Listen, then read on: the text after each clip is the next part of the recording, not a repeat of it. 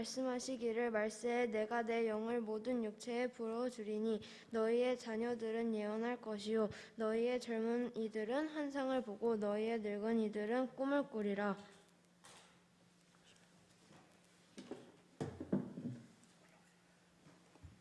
18절 그때 내가 내 영을 내 남종과 여종들에게 부어주리니 그들이 예언할 것이요.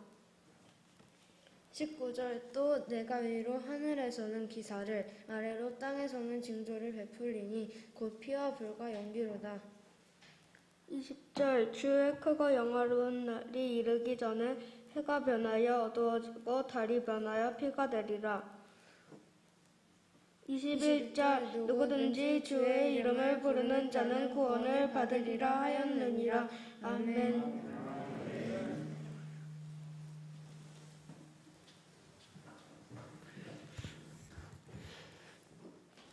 예, 이 시간 말씀의 은혜를 주신 하나님께 영광의 박수 한번 돌리겠습니다. 예, 특별히 우리 수고해 준 두 친구를 위해서도 한번 박수 한번 보내줬으면 좋겠습니다. 예, 옆에 있는 분들과 함께 인사하는 시간 갖도록 하겠습니다. 사랑합니다. 네, 한 번 더 인사하시겠습니다. 축복합니다.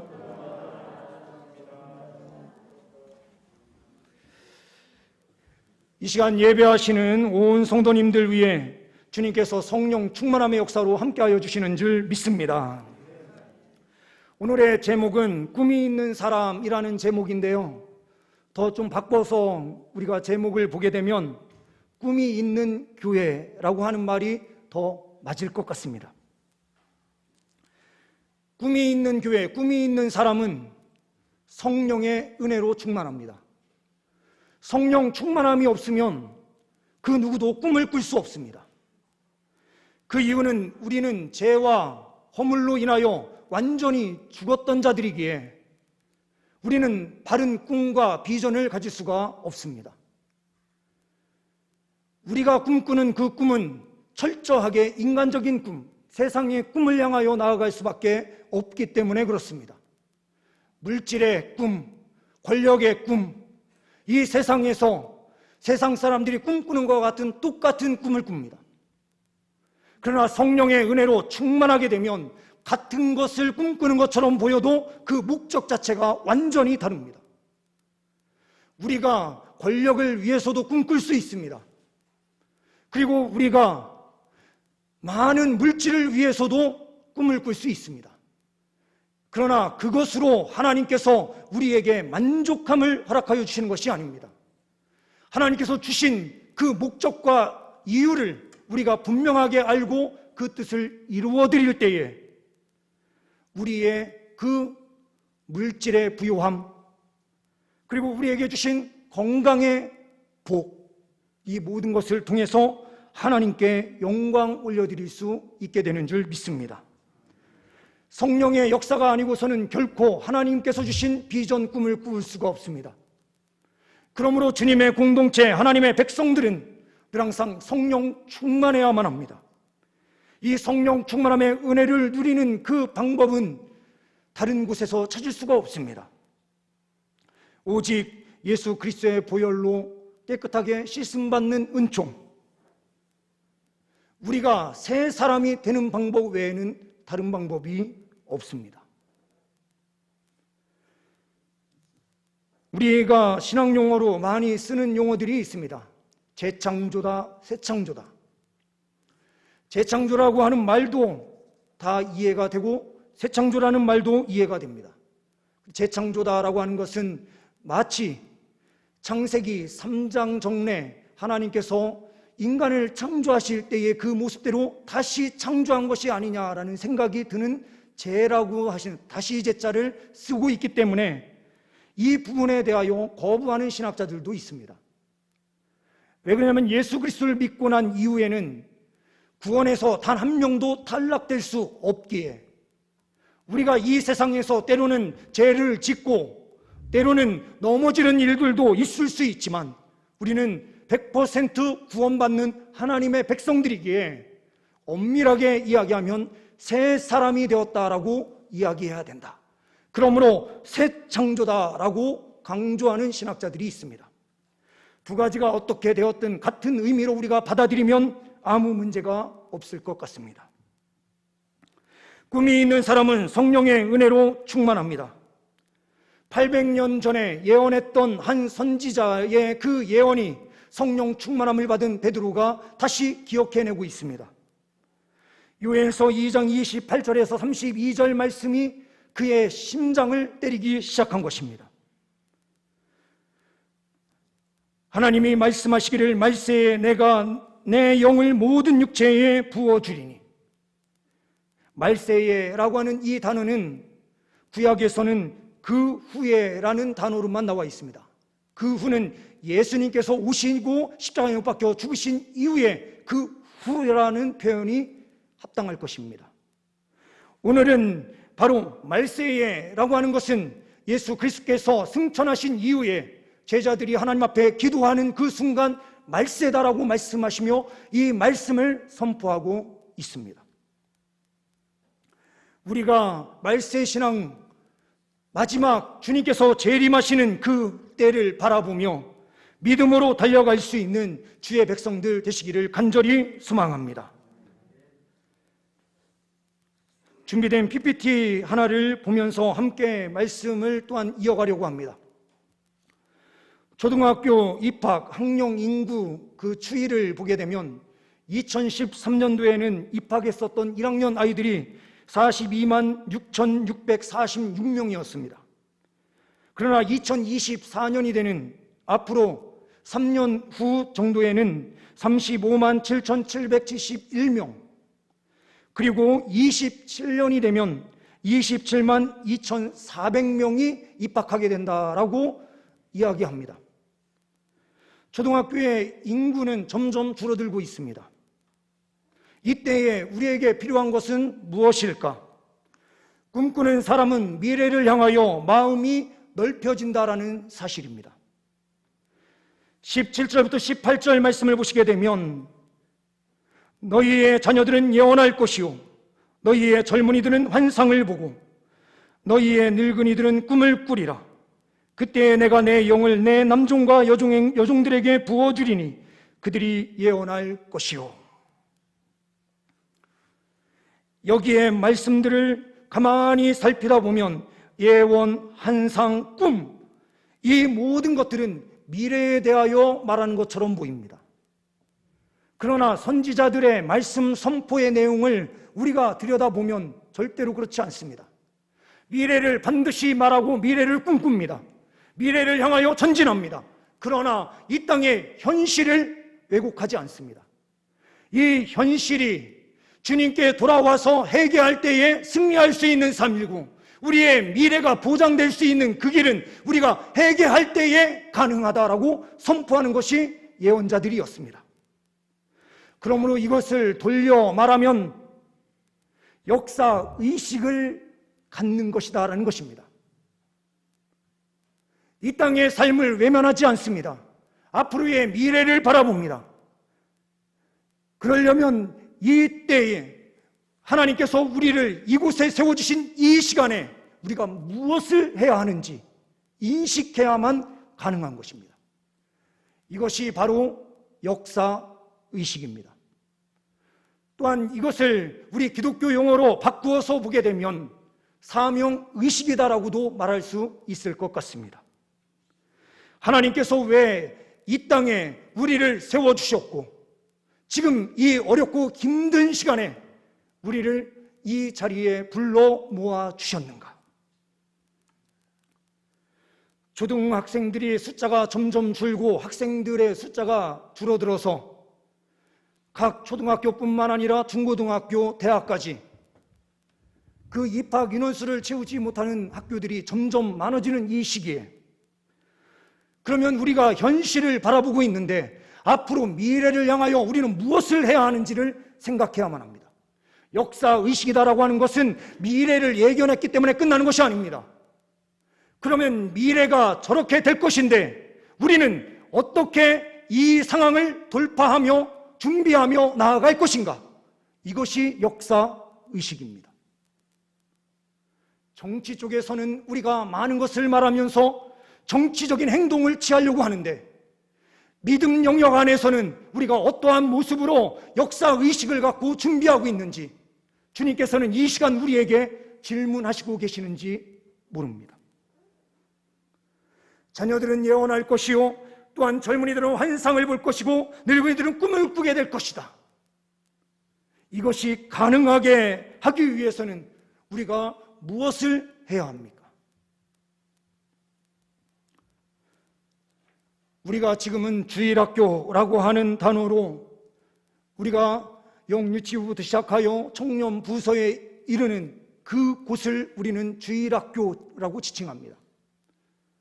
그러나 저는 이것을 교회 학교다라고 바꾸어서 말해야 된다라고 생각하는 사람입니다.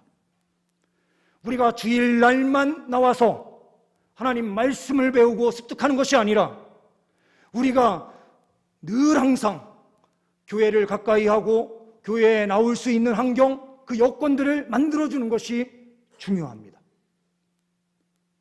아이들의 숫자는 분명 줄어드는데 우리가 아이들을 위하여 무엇인가 시도하지 않으면 우리 한국교회에는 더 이상 희망이 없기 때문에 그렇습니다. 제가 조금 극단적으로 말씀을 드리도록 하겠습니다. 1부 때는 너무 극단적으로 말씀을 드렸는데 우리 수고하시는 유초등부 선생님들 그리고 중고등부 선생님들이 계신데 우리가 아무것도 안 하고 있습니다, 이렇게 이야기를 했거든요. 좀 죄송한 마음이 좀 들어서 주일학교와 주일학교인 우리 유초등부 그리고 중고등부를 제외하고는 영유치부부에서부터 정말 교회 학교를 위해서 헌신하는 우리 선생님들을 제외하고는 우리가 무엇을 하고 있나? 정말 교회 학교가 부흥돼야 된다라고 말은 하지만 우리가 정말로 무엇을 그 아이들에게 해주고 있나? 우리는 다시 한번 생각해 볼 필요성이 있습니다. 성령이 임하면 마음이 넓어집니다. 지금 당장의 모습을 보는 것이 아니라 당장의 모습은 회개하고 미래를 어떻게 만들어갈 것인가에 대하여 깊이 생각하는 것이 성령의 은혜를 받은 사람의 행동입니다. 여기에서 가장 그 의식과 생각이 바뀌어야 되는 사람이 바로 저입니다. 담임 목사의 생각이 바뀌지 않으면 새로운 꿈과 비전을 가질 수가 없습니다. 그리고 우리 성도님들 한 분 한 분들의 그 생각이 마음이 넓어지지 않으면 우리는 아무것도 할 수 없습니다. 우리 역사의식, 시대적 사명 이것을 생각할 때에 우리는 무엇을 해야 합니까? 하나님께서 신흥 삼동이라고 하는 이 지역에 우리 동산교회를 세워주셨습니다. 신흥 삼동은 지어진 지 너무 오래된 그런 주택가를 중심으로 하고 있어서 아이들을 위한 어떠한 시설도 없습니다. 한번 주위를 둘러보십시오. 놀이터는 조그마한 놀이터 딱 하나만 제가 본 적이 있는 것 같습니다. 아이들을 위해서 우리 교회의 공간을 어떻게 활용하고 있고 우리 아이들을 위해서 무엇을 하고 있는지, 그리고 젊은 세대들이 떠나고 있는 이 현실에서 젊은 세대가 주님 앞에 올 수 있도록 하기 위해서 우리는 무엇을 하고 있는지. 미국의 윌로크릭 교회 빌 하이빌스 목사님은 교회가 성장을 해서 4,000명이 됐을 때에 그곳에 더 이상 예배당이 꽉 차서 어떻게 할 수 없는 상황이 됐습니다. 우리나라 같으면 1부, 2부, 3부, 4부로 만들어가지고 예배를 드릴 텐데 미국의 목사님들은 설교를 일주일에 한두 번 하면 끝나는 사람들이기에 1부, 2부, 3부, 4부로 나누어서 이 가는 일이 없어요. 그러다 보니 교회를 확장시켜야 된다라고 하는 의견이 나오기 시작한 겁니다. 그 4,000명이 앉아있는 예배당 옆에 7,000명이 들어가서 드릴 수 있는 예배당을 건축하기 시작한 겁니다. 그때의 기공 예배를 드리면서 이렇게 이야기합니다. 어떤 사람들은 말할지 모릅니다. 아니, 무슨 일을 위해서 성전 건축이 필요하냐? 그런 말을 충분히 들을 수 있습니다. 그런데 그때의 미국의 상황은 우리하고는 다릅니다. 우리나라는 이렇게 온라인을 통해서 밑에서도 예배드리고 위에서도 예배드리고 할 수가 있습니다. 그런데 미국 사람들은 신식이고 굉장히 좀 고차원의 사람이라서 그런지 몰라도 이렇게 영상으로 예배드리는 것을 거부합니다. 그래서 다 같은 예배당 장소에 들어와서 함께 예배를 드려야만 예배를 드렸다라고 말을 하는 거예요. 그래서 그 일을 위해서 한 것이 옆에 7,000석 규모의 예배당을 짓는 것이었습니다. 그때 빌 하이빌스 목사님은 이렇게 설교를 합니다. 한 영혼을 위해서 4,000명에서 4,001명, 4,002명 되는 그 한 사람을 위해서 수십억 달러를 쓰는 것이 교회다. 물론 지금 우리의 상황과는 전혀 다릅니다. 분명한 것은 마인드의 차이입니다. 교회를 크게 짓는 것의 목적은 우리는 없습니다. 중요한 것은 그들이 가진 마인드인데 성령 충만함을 받은 사람들은 마음을 넓힙니다. 한 영혼을 위해서 모든 것을 쏟을 수 있다라고 하는 마음, 이것이 중요한 것입니다. 우리 자녀 세대를 위해서, 어린아이들을 위해서 그럼 우리는 무엇을 해야 합니까? 때로는 아이들을 위해서 무엇인가 하고 싶은데 공간이 없는 것처럼 보이고 여러 가지의 제약이 너무 많은 것처럼 보이지만 할 수 있는 일은 찾아보면 수없이 많이 있을 것입니다. 교회는 철저하게 복음을 위해서 있습니다. 예수 그리스도의 복음을 위해서 존재합니다. 꿈꾸는 사람은 예수 그리스도만을 말합니다. 어떤 사람들은 예수쟁이라고 말한 그때가 왜 예수쟁이라고 사람들이 말을 했을까요? 예수 그리스도를 믿는 사람들 안에서는 예수 그리스도만을 말했기 때문입니다. 그러나 우리 안에 예수 그리스도를 말하는 것을 접어버리고 우리가 아무것도 하지 않는 순간 우리는 예수쟁이라는 소리는 듣지 못하게 되었습니다. 성공의 신부였던 시어두어 웨델이라고 하는 사람이 있습니다. 이 박사가 1953년에 발표한 글을 보게 되면 좋은 예를 하나 발견할 수가 있습니다. 종종 파손 사고가 발생하는 위험한 해안가가 있었습니다. 그곳에는 작은 구조대 하나가 있었습니다. 오두막에 불과한 건물에 배 한 척이 전부였지만 헌신된 구조대원들이 끊임없이 바다를 주시하고 있었습니다. 사고가 발생하면 밤낮으로 실종자를 찾는 일에 열중했고 헌신했습니다. 구출된 사람들과 지역 주민들이 구조대에 관심을 보이기 시작했습니다. 그들은 더욱 시간과 재정 그리고 노력을 다하여 헌신했습니다. 새로운 대가 생기고 대원들도 늘어나면서 구조대는 날로 성장했습니다. 그런데 대원 중 일부는 건물이 낡고 제대로 갖추어진 것이 없다고 불만을 터뜨리기 시작했습니다. 바다에서 구출된 사람들이 안정을 취할 수 있도록 공간을 넓히고 평안하게 만들어야 된다라고 생각을 했습니다. 그래서 야전 침대를 없애고 푹신한 침대로 바꾸기 시작했습니다. 건물 규모를 넓히기 시작했고 좋은 가구들로 채우기 시작했습니다. 구조대 건물은 회원들이 즐겨 모이는 장소가 되었습니다. 그들은 내부를 사교 클럽으로 그렇게 이쁘게 꾸미기 시작했습니다. 구조 임무에는 더 이상 관심이 없게 되었습니다. 그들은 구조선에 탈 대원들을 따로 채용하기 시작했습니다. 구조에 관련된 물품으로 내부를 장식하고 이쁘게 만들어 놓긴 했지만 클럽의 모태가 된 그 구명정은 앞에 걸려 있기는 했지만 그들은 구조에는 아무런 관심이 없습니다. 그러던 중 대형 선박이 파손하는 사고가 발생했습니다. 채용된 구조대원들은 물에 빠져 젖은 몸으로 떨고 있는 사람들을 구출해내기 시작했습니다. 구출된 사람들은 지저분한 상태로 나오게 됩니다. 아름답게 단장한 클럽과는 맞지 않는다. 그러면서 바깥에서 다 씻겨서 깨끗하게 만든 사람들만 들어오게 만들었습니다. 이후에 클럽의 사람들은 회의를 열기 시작합니다. 그 사이에 의견이 분분하기 시작합니다.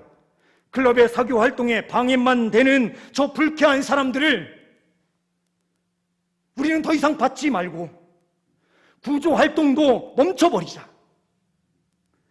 일부 회원들은 구조 활동이 클럽의 본래 목적이니 클럽의 이름이 여전히 구조대라는 점을 강조하면서 우리는 그 일을 수행해야 된다라고 말하는 사람들이 있습니다. 그러나 그 의견은 전혀 다른 방향으로 결정이 되고 맙니다.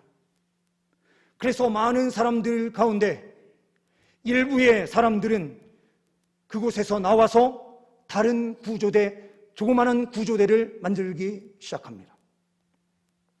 세월이 흘러서 시간이 좀 지났더니 똑같은 모습으로 다시 바뀌기 시작하고 또 일부의 사람들이 나와서 그 해안가에 다시 구조대를 세우고 하는 것을 반복하다 보니 나중에 가만히 보니 해안가에는 사교 클럽만 잔뜩 즐비하게 되었습니다. 이것이 바로 웨델 박사가 이야기하는 교회의 모습입니다. 교회는 생명을 구원하는 구조대의 역할을 하기 위하여 하나님께서 이 땅에 우리 교회를 세워주셨는데 우리는 서로에게 열려 있어 성도가 행복한 교회, 그것도 매우 중요하지만 더 근본적인 것을 추구하지 않는 우리의 모습은 아닐까? 한 영혼을 위하여 우리 교회는 도대체 무슨 일을 하고 있는 것일까? 이 시대에 시대적 사명을 이루는 역사의식을 가진 하나님의 사람은 도대체 누구인가? 저도 앞에서 설교만 하는 입술로만 떠드는 자가 아닐까라는 생각을 해보게 됩니다. 어린 아이들과 믿지 않는 사람들에게 언제나 열려있는 교회로 그 구조대의 사명을 온전히 이루어야 될 교회들이 하나님의 뜻을 이루지 못하고 있는 모습이 우리의 모습은 아닐까? 정말로 아이들을 위해서 우리는 무슨 일을 하고 있습니까?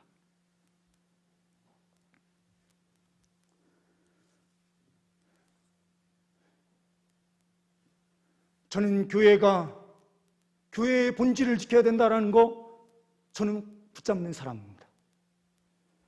본질은 붙잡되 우리는 그 생각을 활짝 열어놓아야만 합니다. 방법은 다양하게 우리가 생각하면서 그 방법을 모색하고 나아가야만 합니다. 교회는 학원이 아니기에 교회에서는 영어를 가르치거나 수학을 가르치거나 어떤 가르치는 그 일에 있어서 그 어떠한 것도 많은 부분을 생각해야 된다라고 생각합니다. 하지만 복음을 위해서는 모든 것이 또한 가능하게 열려 있어야 되는 것이 교회가 아닐까? 때로는 교회에서 영어를 가르칠 수도 있고 수학도 가르칠 수 있지만 우리가 학원이기에 그 일을 하는 것이 아니라 예수 그리스도의 복음을 온전히 세우기 위하여 그것이 복음 전도의 접촉점이 된다면 우리는 모든 것을 할 수 있어야 되지 않을까? 우리 교회의 장로님들은 다른 교회와 달리 많은 생각이 열려 계신 분들이에요. 그래서 다양한 방법들을 충분히 생각하시고 계십니다. 그래서 더 중요한 것은 우리 온 성도들이 우리의 생각을 열고 나와 다른 그 존재들까지도 사랑으로 품을 수 있는 마음이 필요합니다.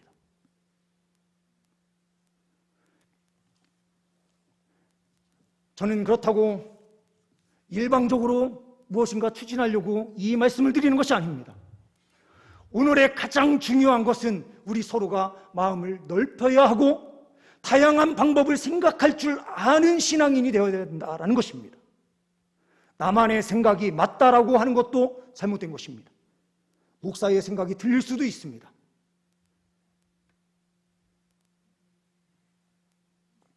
언제나 우리는 생각을 열어놓되 우리는 바른 선택을 하면서 가장 좋은 방법으로 복음 전도하는 일에 헌신하며 나아가야만 합니다. 어느 정도 공로라도 필요한 부분들이 있기에 지금은 쉽게 말할 수 없는 부분들도 있지만 우리는 앞으로 1층을 어떠한 모습으로 변화시킬 것인가? 돈도 많이 들어갈 수 있고 다양한 어떠한 수단들이 동원되어야 될지도 모르지만 정말 복음 전도를 위해서 우리가 무엇을 할 수 있을까? 우리는 생각하고 고민해야 할 때입니다. 코로나19의 상황이 끝나고 이제 전혀 다른 판이 우리에게 놓여질 것입니다.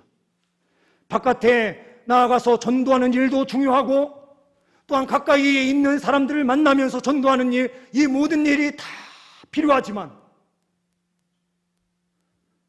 정말 중요한 것은 교회가 세상을 향하여 열려있는 공동체가 되어야 한다는 것입니다.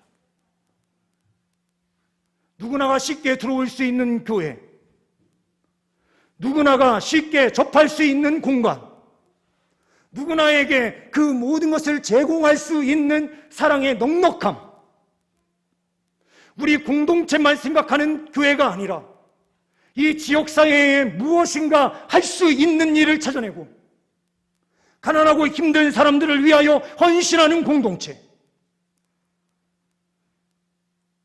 말로만이 아닌 실천하는 역사의식을 가진 주의 백성들, 사명의식을 가진 주의 백성들이 필요한 이 시기입니다. 그리스도인들의 가장 큰 문제는 기도만 하고 있으면 모든 것이 다 된다고 하는 착각일 수도 있습니다. 기도는 반드시 해야만 합니다.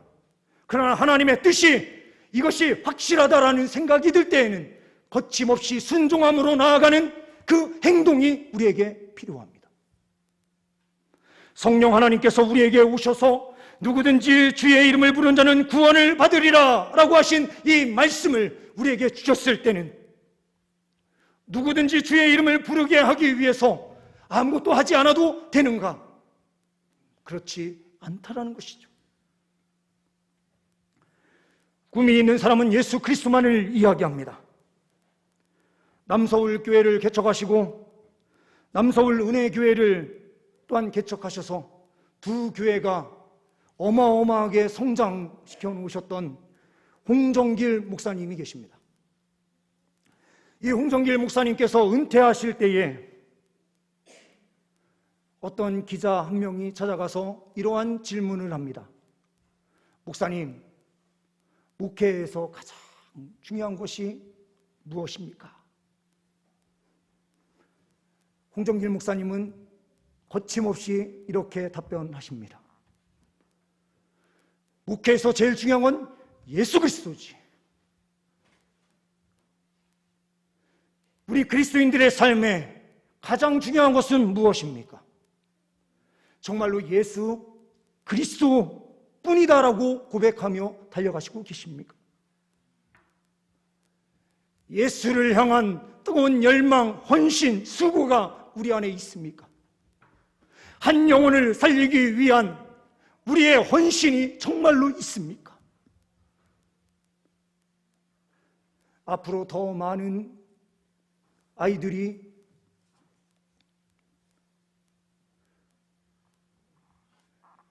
기독교를 거부하는 시대가 될 것입니다. 지금도 초등학생들이 기독교를 거부하는 그 퍼센트가 가장 높다고 말을 합니다. 어렸을 때부터 기독교에 대한 관심이 없는 세대들에게 우리는 어떻게 해서 복음을 증거할 것인가? 가장 교회에 대한 비호감을 가지고 있는 세대이긴 하지만 교회가 헌신하고 그들에게 열려있는 모습을 보일 때에 그들의 생각은 완전히 바뀌게 될 것입니다. 지금이 가장 중요한 시대일지도 모르겠습니다. 아이들은 줄고 모든 것이 지금 다 줄어가는 이 상황에서 기독교가 어떻게 보면 가장 큰 타격을 입는 곳입니다. 학교와 함께. 그러면 교회는 무슨 일을 해야 합니까? 지금 복음화율이 20%라고 한다면 40%까지 끌어올릴 때에만 현상 유지가 가능합니다. 40%에서 60%로 끌어올려야만 교회는 부흥하고 성장할 수 있습니다.